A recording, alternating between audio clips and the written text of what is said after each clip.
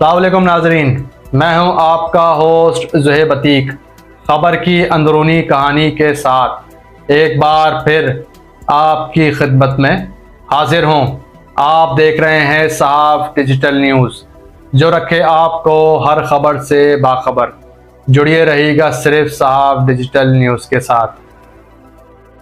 यूनान कश्ती हादसे के बाद पंजाब भर में इंसानी स्मगलरों के खिलाफ क्रैकडाउन तेजी से जारी हो गया है। सहूलतकारी में मुलव्विस FIA के 35 अफसरान व एहलकार भी नौकरी से हाथ धो बैठे हैं। ताहम पुलिस और FIA ने कराची में इंसानी स्मगलरों को मुबैना तौर पर खुली छूट दे दी है। सादा लो आवाम को बैरून मुल्क नौकरी के लिए भिजवाने का झांसा देकर करोड़ों रुपए हड़प करने का बड़ा स्कैंडल भी इस सामने आ गया है।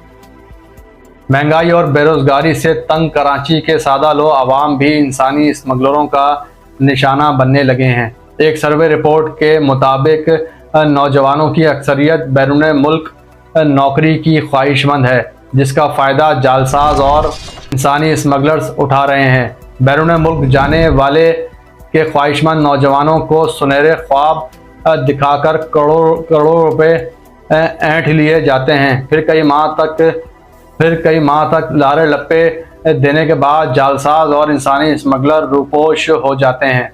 ऐसे ही मुनीर मेहदी उर्फ गोलगप्पा इंसानी स्मगलर कई माह तक कराची में सरगर्म रहा था, जिसने गुज़िश्ता 1.5 से 2 साल के दौरान इन सादा लो अफराद को बैरून मुल्क कतर, दुबई, ऑस्ट्रेलिया, कनाडा और अमेरिका भेजने का झांसा देकर इनसे फ़ीकस 15 से 30